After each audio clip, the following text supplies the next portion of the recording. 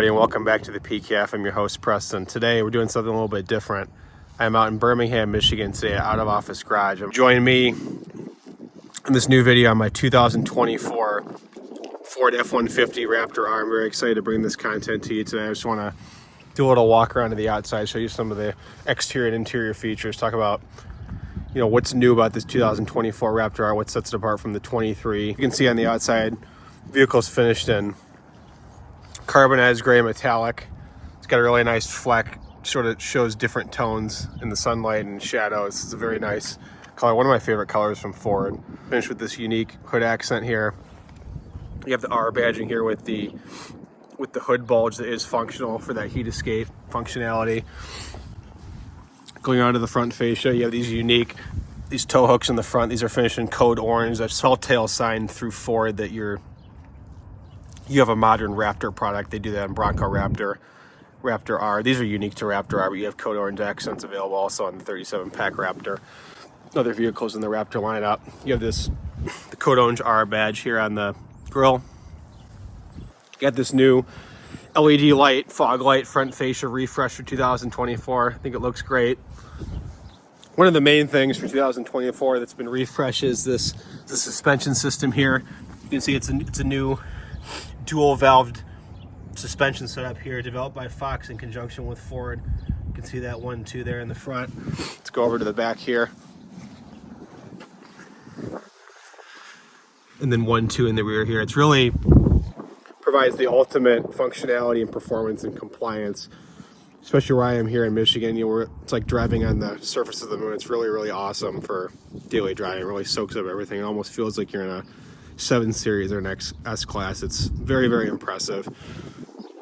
In the back, that code orange theme continues here. So you have the Raptor, obviously badging here with the unique R logo applique toward the bed here. Code orange R. Let everybody know you have the R there in the back as well. And the dual piped exhaust sounds amazing with different exhaust modes: normal, quiet, Baja, and Sport. Taking a look at the inside of the Raptor R, you can see you get some very nice finishes here and touch points. You have the Alcantara suede lined armrest here. Nice leather with the code orange accent stitching. Continues with the theme of the outside of the truck. You have a nice Bang & Olufsen sound system that's standard on Raptor R. You got your Ford Performance sort of kick still here. Got the Baja-like stainless running boards, which are cool. Code orange theme continues with the seats. You have this Alcantara center insert, the leather bolstering on the side. You have that code orange theme continuing on the seat backs as well here. Center console 2, more code orange. You have this little sort of Easter egg here. You can kind of make it out, sun's shining on it, but it says V8 here in code orange. Again, logo here again in code orange on the center console. Just stepping in. Got the American flag kind of logo. That looks pretty cool. Stepping in, you got the Raptor R here. You got the R logo here on the steering wheel. Nice aluminum panel shifters. They feel really good. And starting it up. The digital display. Not the most awe-inspiring screen necessarily, but it does the job. It's customizable. You have the R mode here where you can change sort of your suspension setup, exhaust, steering feel. I can show you that a little bit now. I have it, my R mode, everything I have in normal besides the Baja exhaust. So you have the loud exhaust, but everything else is compliant, perfect for daily driving, and that's customizable, like I said, so that's a pretty cool feature. Huge, huge screen, heated and cooled seats, heated steering wheel on 24, which actually comes to a surprise. Ford was having a very difficult time getting the chip for that, so that's nice to see that in here. You got your drive mode selection here. You got your trailer brake controller, trailer backup assist. Got a nice beefy shifter here. There's also the work table and stuff that comes out, etc. But nice kind of real carbon fiber accents here, covering the little cubby hole here, phone charger, etc. But what this Raptor R is all about is the drive, so let's get out on the road and talk about what it's like to live with this Raptor R.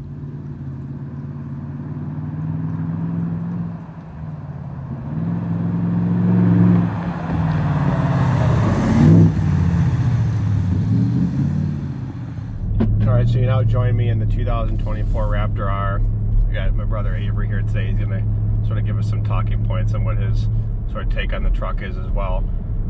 First real sort of takeaways when you get into the truck is actually obviously how loud the exhaust is. It's pretty much permeates the experience, everything that's going on, but really what you realize is just how comfortable this Raptor R is to drive. I spoke about that a little bit when I was talking about the features on the outside. Just, it really feels like an S-Class or a BMW going down the road, doesn't it? It's very surprising. It almost feels like, you know, GM's Magna Ride technology that they have.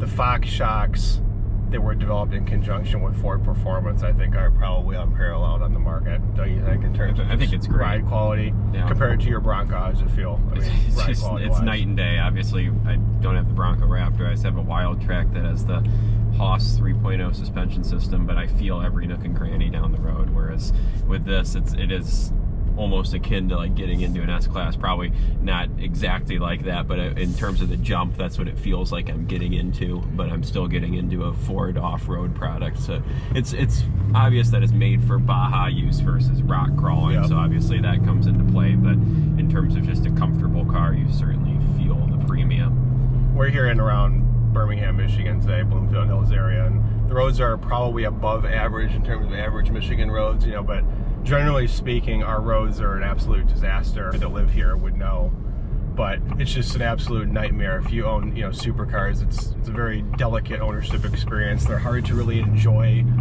You know, the weather has to be perfect. The road conditions have to be perfect. With the Raptor R, you don't really have to think about any of those things. And I think that's one of the things I like about it so much. You know, you can really take it out and enjoy it and exploit the performance whenever you want in all weather conditions. And you know, it comes from factory with these big giant 37-inch, you know, all-terrain tires that basically, you know, in conjunction with the drive modes and the chassis setup, you can just plow through anything and you can enjoy it in a foot or two of snow and also in bright sunny days in summer, you know. So so I'm pulling out into Woodward Avenue right now, you know, one of the most famous streets in Michigan, and I have the exhaust in normal mode right now. I can turn it up a notch to sport, also in Baja. But I'll just show you guys really quick what it sounds like in quiet mode.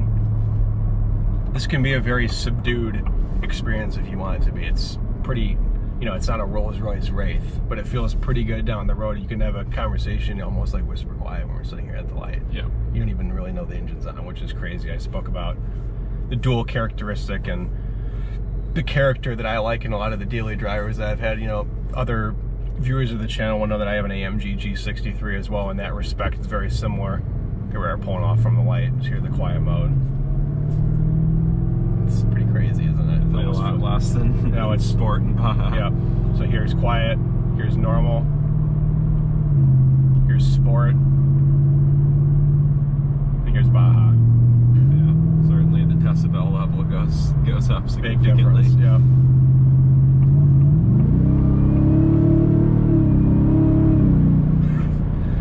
It's pretty nutty. And you had a TRX for how does it feel to you? You're not in the driver's seat right now, but what do you think in terms of this versus TRX? I mean, obviously they benchmarked that truck and they used that to surpass a lot of the performance qualities and, you know, things that they wanted to surpass Ram. I mean, it's obviously there's no other truck on the market besides the TRX that even compares. That's the reason why this has a V8 in it. It's been a while since I've been in it, but from a passenger standpoint at least, I remember the TRX kind of felt a little more floaty. This kind of feels more planted, like you're a little bit more in control.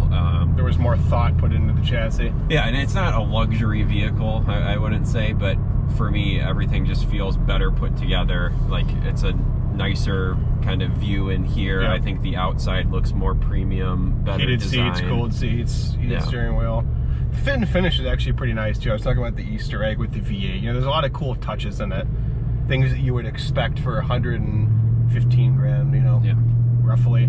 Do you think it's $115,000 interior, or do you think there's some improvements that could be made? I mean, everything's getting more expensive now too. Right. I mean, when you bought the TRX, it was what, only about 80 grand. Yeah, and it was a level. Well, yeah, the package. If you want to talk about TRX, there were packages too. There was a base, cloth seats. Yeah. Same thing with Raptor too. You get a cloth seat Raptor that doesn't exist anymore. There was the level 1, level 2. And Ford packages, all American companies do similar packaging, right? You have 801A for this now, 802, which is the 37 you can get with it, but it's more the luxury interior, heating, cooled seats, and all those things. And then the 803A package is the Raptor R, right? It's kind of funny how they can't get away from their packaging. That's obviously that's just the way that it goes in the American market. All right, this is good. The vehicle isn't broken in yet. Only have about 100 miles on it, so this is going to be sort of an abbreviated driving video, but I think the best thing to do now is just start talking about the positives and negatives of the truck so far. Avery can kind of, pitch in and give me his thoughts so far. You drove it too, so you have some impressions of it, but just starting off, I might as well go with the negatives first.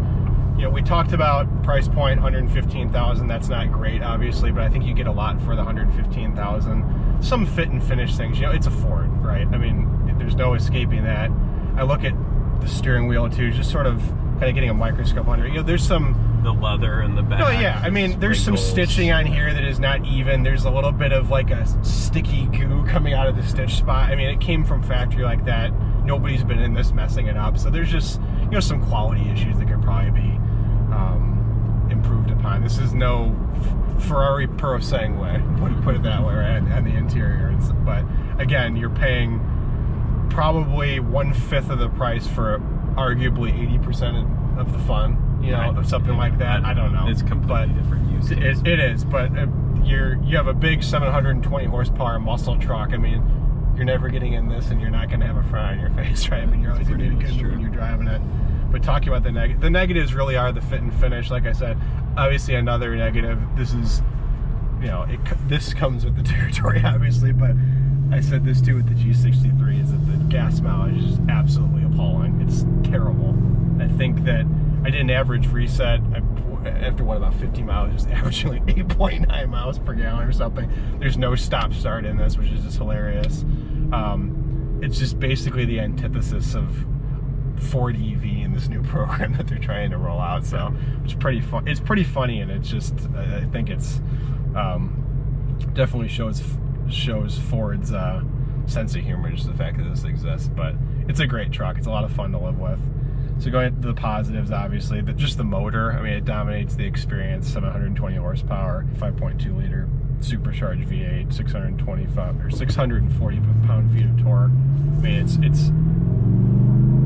it's the reason why you buy the Raptor R, obviously, right? I mean, it's faster than a regular Raptor. Obviously, we were talking about this at lunch, though. Do you really need to go 3.5 seconds to 60 in something that weighs like 6,200 pounds? I don't know. I mean, it's just fun, right? I mean, that's why you get it. Love how comfortable it is. I love that you can dial it back when you want to. I put the exhaust back in normal, so you can probably hear me pretty well now with that Baja mode. It cracks and pops the exhaust too, and you can tell that it's not synthesized. It's real backfiring and burbling that the exhaust is doing when it's working hard, which is cool. But yeah, it's just a lot of fun to drive. I mean, I think that Ford did a really good job with it. I think it's one of the best overall comprehensive packages that you can get as a factory vehicle with a warranty, don't you think, in terms of everything that it offers the driver? So I mean, what do you think? I agree with all those positives. I think just the one negative, I think it's always been the case with the Raptor R since it was released at a weird time. It's just you really can't get them. Yeah, that's true. That's a good point. We wanted a 23. We couldn't get a 23.